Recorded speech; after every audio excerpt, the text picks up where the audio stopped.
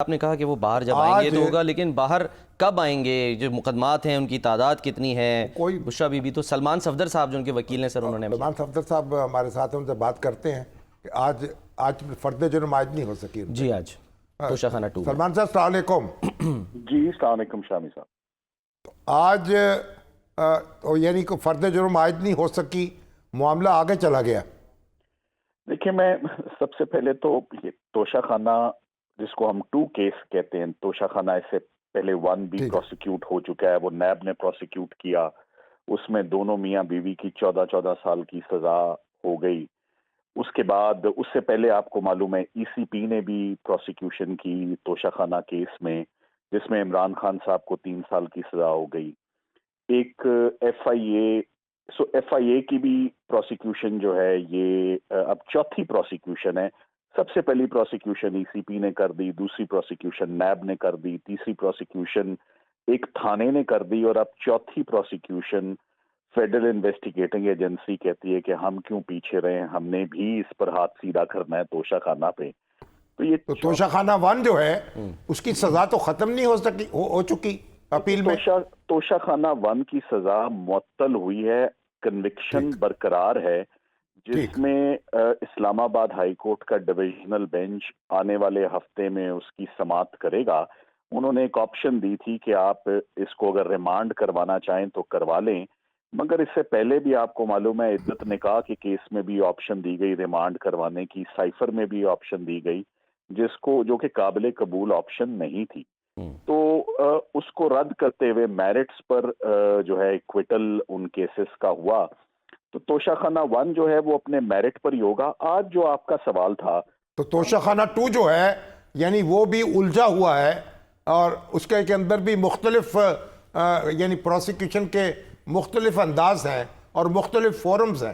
دیکھیں ہمیں فوجداری پر بڑے کلیئر ہیں کہ اگر ایک ٹرانزیکشن ہے اس کو ایک ہی ہاتھ میں ایک ہی ایجنسی انٹائرلی کمپلیٹلی مکمل طور پہ انویسٹیگیٹ بھی کر لے اور ایک ہی ہاتھ میں ٹرائل ہو جائے. سب سے بڑی بدنیتی آن دا فیس آف اٹ ظاہر ہے کہ یہ اس کو قسطوں میں انسٹالمنٹس میں بائیفرکیٹ کر کے آپ اس کی سب ڈویژنز کر کے فوجداری مقدمے کی یا جرم کی، جب دینے والا تحفہ دینے والا بھی ایک ہے، لینے والا بھی ایک ہے، ٹینیور بھی ایک ہے، وہی میاں بیوی، وہی گواہ، وہی اپریزر، وہی وعدہ معاف گواہ، تو اس کی تک نہیں سمجھ آتی کہ سرکار کا پیسہ، ٹیکس پیئر کا پیسہ، اتنی مہنگی پروسیکیوشنز کیوں علیحدہ علیحدہ کی جائیں. یہ ایک ہی پروسیکیوشن ہونی چاہیے تھی، اور میں اس بات پہ پر امید ہوں کہ جب توشہ خانہ 2 جس کو ہم موجودہ کیس کہتے ہیں، اس کو ہم ضمانتیں تو اس کی ہو گئی ہیں میاں بیوی دونوں کی، جب اس کی ہم ہائی کورٹ میں آنے والے دنوں میں اس کو چیلنج کریں گے، کویسچن کریں گے اس پروسیکیوشن کو، تو میں امید کرتا ہوں کہ یہ ٹرائل چلنے کے قابل نہیں ہے، یہ نہیں چلے گا. آپ یہ بتائیں کہ ابھی کتنے مقدمات ہیں خان صاحب پر اور کتنے نئے درج کیے گئے ہیں؟ دیکھیں، میرا عمران خان صاحب کے ساتھ جو پروفیشنل ایسوسی ایشن ہے اس کو 2.25 سال ہو گئے ہیں. 240 وکالت نامے تو میں استعمال کر چکا ہوں آج دن تک. یہ ریکارڈ ہے، اس سے پہلے میں نے کبھی کسی کلائنٹ کے لیے 240. یعنی آپ کی پوری وکالت ایک طرف اور یہ ایک وکالت ایک طرف. جی 240 مقدمے، 240 وکالت نامے تو میں دے چکا ہوں. جو آج کا ہمارا ایک رف کاؤنٹ تھا کہ یہ ہی از اپروچنگ 300 ہم تقریباً 270 کے قریب ٹچ کرنے والے ہیں. یعنی یہ جو گزشتہ 15 دن میں جو آپ ابھی گفتگو فرما رہے تھے، جو گزشتہ 15 دن میں تقریباً 52 اپروکسیمیٹلی، یہ اس فگر کو آپ لاک نہ کیجیے گا، 52 جب تک کورٹ میں آفیشل فگر نہ آ جائے، جو کہ 2 دن میں آ جائے گا، سب پولیس والے جمع کرائیں گے اپنے اپنے مقدمے، مگر جو سرکولیٹ کر رہی ہیں ہمارے پاس، ہم نے خود دیکھ لی ہیں، تقریباً 52 یعنی 52 نئے مقدمات آ چکے ہیں عمران خان. کتنے مقدمات میں ضمانت ہو چکی ہے؟ دیکھیں، یہ جو 24 تاریخ کا جو آپ سن رہے ہیں، what ever has happened, unfortunate day تھا اسلام آباد میں. 24 تاریخ سے پہلے عمران خان صاحب کے اوپر جتنی میجر پروسیکیوشنز تھیں، جج زیبا، عدت نکاح، سائفر، توشہ خانہ 1، توشہ خانہ 2، 9 مئی، ان سب میں یہ سب پروسیکیوشنز کلیپس کر گئیں. کس طرح؟ یا بری ہو گئے، یا سزائیں معطل ہو گئیں، یا ضمانتیں ایکسیپٹ ہو گئیں. تو ان کی ہر میجر پروسیکیوشن جس پہ سرکار ہاتھ رکھے ہوئے تھی وہ کلیپس ہو گئی، دم توڑ گئی اپنا. اس کے بعد جو مقدمات بچ گئے وہ مقدمات ہیں جو 2 3 سال کی پریکٹس کرنے والے جو وکلا ہیں، ہم ان کو بھی دے دیں کہ آپ کریں اور کریڈٹ لیں کہ آپ نے یہ کیسز کیے ہیں، تو وہ بھی اس کو ختم کر دیں. تو سر آج سے 15-20 دن پہلے تمام میجر پروسیکیوشنز ختم ہو گئی تھیں اور انہوں نے فائٹ کی ساری پروسیکیوشنز. وہ اپنے لاجیکل اینڈ کو پہنچی وہ پروسیکیوشن. تو پھر ان کا موقف یہی تھا کہ میں نے مقدمے فیس بھی کر لیے ہیں، میں نے لڑ بھی لیے ہیں، جیت بھی لیے ہیں، تو اس کے بعد پھر کیا ڈیزرو کرتا ہوں؟ ایک ریلیز ہے جو ڈیزرو کرتا ہوں، وہ نہیں ملی. تو پھر ان مقدمات نے بچے دے دیے.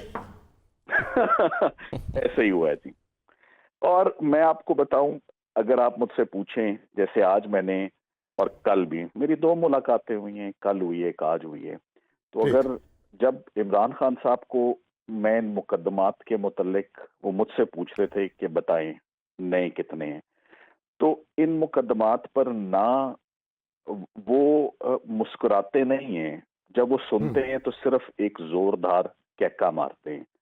یہ ان کا ریئیکشن ہوتا ہے اور کچھ نہیں ہوتا، اور کہتے ہیں تم دیکھ لینا، دیکھ لو ان کو کہ کیا ہو کرنا ہے ان مقدمات کا. So this is his reaction that he only لافس.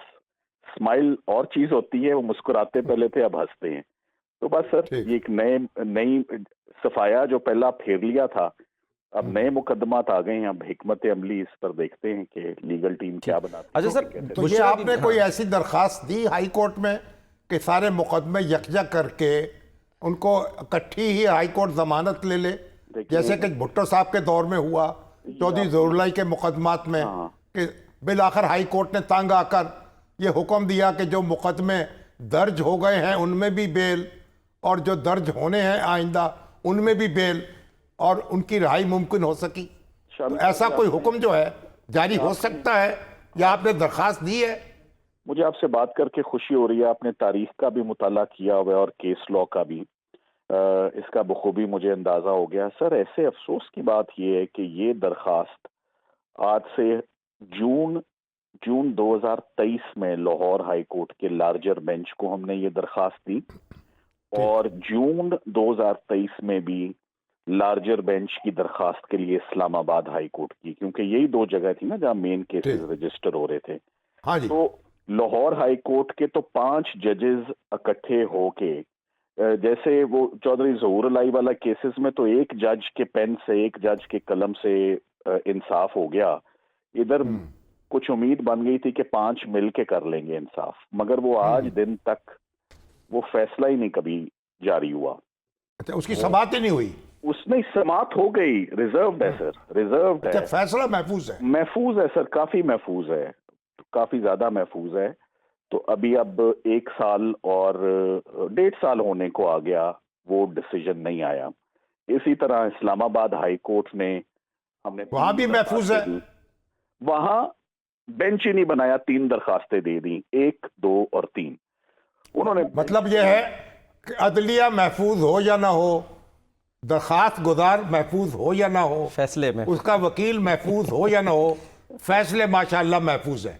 فیصلے محفوظ ہیں جی. اس پر، اس کے اوپر آج کل بھی بات ہوئی ہے، کیونکہ اب آگے یہی دیکھنا ہے کہ پہلے تو چلیں وہ انصاف نہیں ملا اور مقدمات ایک ایک کر کے لڑتے رہے، مگر ایک کیپیسٹی ہوتی ہے وکلا کی بھی، سسٹم کی بھی، کلائنٹ کی بھی، افورڈ کرنے کی بھی. یہ اب میرا خیال ہے کہ کافی لوگ اس میں ایگزاسٹ ہو چکے ہیں، تو کوئی حکمت عملی اس میں بنے گی یا بنائی جائے گی کہ یہ جو نئے مقدمات بنا دیے گئے ہیں، اس میں سپریم کورٹ کیا رول ادا کرتی ہے، یا اسلام آباد ہائی کورٹ کیسے مدد کرتی ہے. کیونکہ ایک بات تو سامنے آ گئی ہے کہ سسٹم تلا ہوا ہے ان کو ثابت کرنے کے لیے کہ وہ جرم کرتے ہیں اور وہ کرمنل ٹینڈنسیز رکھتے ہیں. فیصلے ادروائز انڈیکیٹ کرتے ہیں، جتنے فیصلے آج دن تک آئے ہیں. مگر یہ تو کوئی ورلڈ ریکارڈ قائم ہو گیا ہوگا. وہ تو ہو گیا سر, وہ تو میں نے آپ کو شروع میں ہی بتا دیا کہ 240 وکالت نامے میرے ختم ہو چکے ہیں. تو یہ جو نئے آئے ہیں یہ 50-60 نئے وکالت نامے 300 کے قریب سر, یہ یعنی قریب ہیں. اتنی کم مدت میں کسی ایک شخص کے خلاف اتنے مقدمات رجسٹرڈ نہیں ہوئے ہوں گے, اور آپ تو ماشاءاللہ آپ کا نام بھی گنیز بک آف ریکارڈ میں آ جائے گا کہ کسی وکیل نے اتنی کم مدت میں اتنے وکالت نامے کسی عدالت میں جمع نہیں کرائے ہوں گے. جی ایسے ہی آپ نے